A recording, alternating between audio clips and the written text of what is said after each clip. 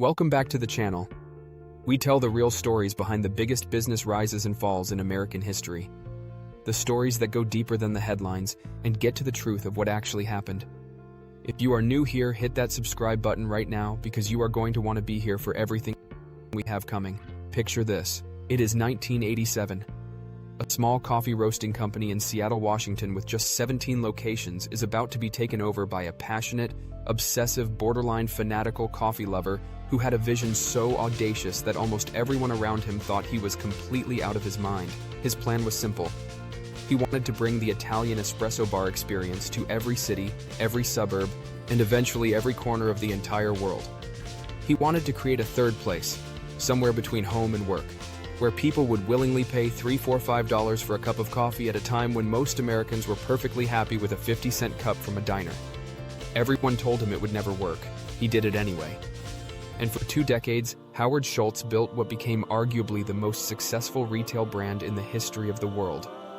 At its peak, Starbucks had over 36,000 locations in 80 countries, served 8 million customers every single day, and generated over $35 billion in annual revenue. But today, Starbucks is in serious trouble. Customer traffic is falling, sales are declining, employees are unionizing at a pace the company has never seen before. The stock has lost nearly half its value in just 2 years.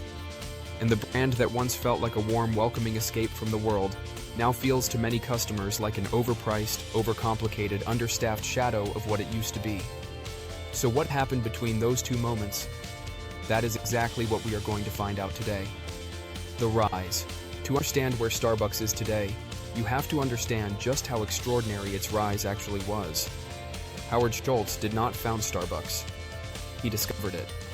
In 1981, he walked into the original Starbucks store in Seattle's Pike Place Market as a sales representative for a housewares company and was immediately captivated by the quality of the coffee and the passion of the people behind the counter. He joined the company, and in 1983, on a trip to Milan, Italy, he had the experience that would change everything. He walked into an Italian espresso bar and felt something he had never felt in a coffee shop before. Community, warmth, ritual, and pride. The barista knew the customers by name. The coffee was made with care and precision. People lingered. People connected. Schultz came home convinced that America needed this experience. The original Starbucks owners disagreed. So Schultz left, raised money from investors who mostly thought he was crazy, and opened his own Italian espresso bar concept called Il Giornale. It worked immediately. In 1987, when the original Starbucks owners decided to sell the company, Schultz bought it, merged it with Il Giornale, and the modern Starbucks was born. What followed was one of the greatest growth stories in retail history. Starbucks went public in 1992 with just 165 locations. By 2000, it had 3,500. By 2007, it had over 15,000. The company was opening an average of 6 new stores every single day at its peak expansion rate. The brand became more than a coffee company. It became a cultural phenomenon. Carrying a Starbucks cup became a lifestyle signal. The green mermaid logo became one of the most recognized brand symbols on Earth. And the Starbucks Rewards loyalty program became one of the most successful customer retention systems any retail company had ever built, with millions of members preloading billions of dollars onto their Starbucks cards every year. At its peak, Starbucks was not just winning the coffee market, it was defining it. The cracks begin, but even at the height of its success, the seeds of Starbucks' future problems were quietly being planted.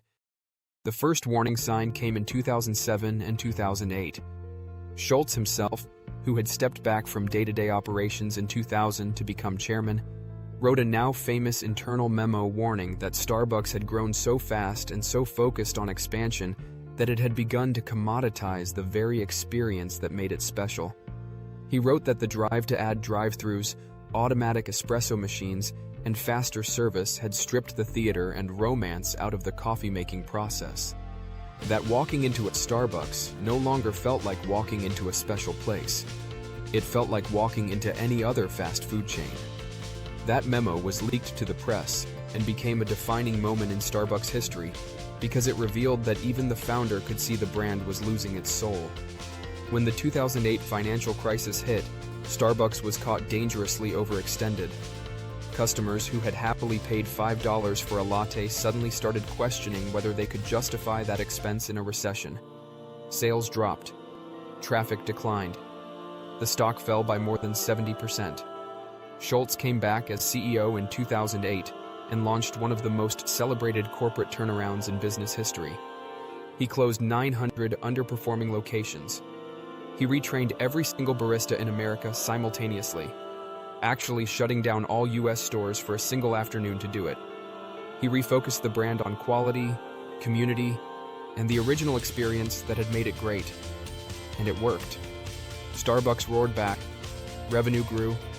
The stock recovered. Analysts celebrated Schultz as one of the greatest comeback CEOs of his generation. But the deeper structural problems, the ones that would eventually bring the company to its current crisis, were never fully resolved. They were papered over by a decade of cheap money, aggressive loyalty program growth, and an app-driven ordering revolution that temporarily masked the brand's underlying vulnerabilities. The fall. The modern Starbucks crisis has multiple origins, and they all converged at roughly the same time, creating a perfect storm that the company is still fighting its way through today. The first problem is operational complexity. Over the past decade, Starbucks has added hundreds of new drinks to its menu in an effort to drive social media attention and loyalty program engagement. The unicorn frappuccino, the pink drink, endless seasonal variations, customization options that allow customers to modify their drinks in thousands of different combinations. The result is that the average Starbucks drink order today is dramatically more complex and time-consuming to make than it was 10 years ago. Baristas who were once trained to make a relatively small menu of espresso drinks are now expected to execute intricate multi-step customized orders at high volume during morning rush hour, with inadequate staffing levels. The mobile ordering system that Starbucks pioneered and celebrated as a competitive advantage created its own crisis.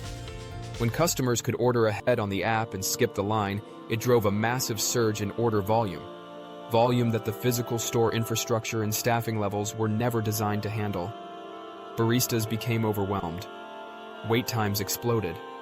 Customers who walked into stores found chaotic counters piled with mobile orders and long waits for drinks they had ordered 20 minutes earlier. The third problem is price. Starbucks has raised its prices aggressively over the past several years, with the average drink price now approaching $6, $7, even $8 for customized orders. At those price points, customers expect a premium experience, not a 25-minute wait, a stressed barista, and a drink that occasionally gets made wrong. The fourth and perhaps most symbolically significant problem is unionization. In 2021, Starbucks workers in Buffalo, New York became the first company-owned Starbucks stores to successfully unionize. What started as a single-store rebellion quickly spread. By 2024, over 400 Starbucks locations had voted to unionize, making it one of the most significant labor organizing movements in American retail history. The unionization wave was not just a labor story, it was a signal. It told the world that the warm, community-focused, partner-centric culture that Schultz had always held up as Starbucks' defining competitive advantage had eroded badly enough that thousands of employees felt they needed collective bargaining protection to be treated fairly. Climax and key moment. The financial results confirmed what the cultural signals had been warning about for years. In 2024, Starbucks reported multiple consecutive quarters of declining same-store sales, a metric that measures performance at existing locations and is one of the most important indicators of brand health in retail. Traffic was falling. Average transaction values were falling. The loyalty program that had been one of the company's most powerful assets was showing signs of strain as customers began to question whether the rewards were worth the price they were paying. The stock, which had traded above $100 per share in 2021, fell below $75 by late 2024, erasing tens of billions of dollars in shareholder value. In a stunning move that reflected just how seriously the Starbucks board viewed the situation, the company brought in Brian Niccol, the celebrated CEO who had engineered one of the most impressive turnarounds in fast food history at Chipotle, to take over as Starbucks CEO in September 2024. The appointment was an acknowledgement that Starbucks needed more than incremental improvement. It needed transformation, and it needed someone from outside the Starbucks culture who who could see the problems clearly and make the hard decisions that insiders had been unable or unwilling to make. Nickel's early moves signaled a back-to-basics approach, simplifying the menu, fixing the mobile ordering experience, reinvesting in staffing, and attempting to restore the in-store experience that had made Starbucks great in the first place. Whether it will work remains one of the most watched turnaround stories in American business. Conclusion and summary. So what is the real lesson of the Starbucks story? Because this is not a simple story of a company that made bad products or lost touch with its customers overnight. Starbucks still makes coffee that millions of people genuinely love. The brand still has extraordinary global reach and one of the most powerful loyalty ecosystems in retail. The Starbucks story is a cautionary tale about what happens when a company that was built on a feeling, on warmth, on community, on the romance of a perfectly made cup of coffee, loses that feeling in the relentless pursuit of growth, efficiency, and quarterly earnings targets. Howard Schultz built Starbucks on the idea that a coffee shop could be more than a place to get caffeine.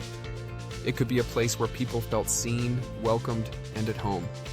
The moment Starbucks stopped being able to reliably deliver that feeling, the moment the app overwhelmed the baristas, the menu overwhelmed the kitchen, and the prices overwhelmed the value equation, the foundation that everything else was built on began to crack. The brand is not dead, not even close. But the road back to greatness requires Starbucks to remember something it seems to have forgotten along the way. That the product was never really the coffee. The product was always the experience.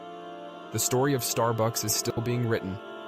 Brian Nickel has taken the wheel of one of the most iconic brands in world history at one of the most critical moments in its existence.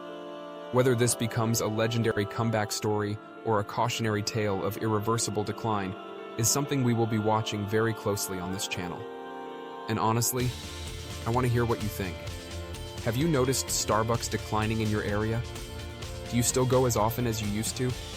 Or have you already moved on to a local coffee shop or a competitor?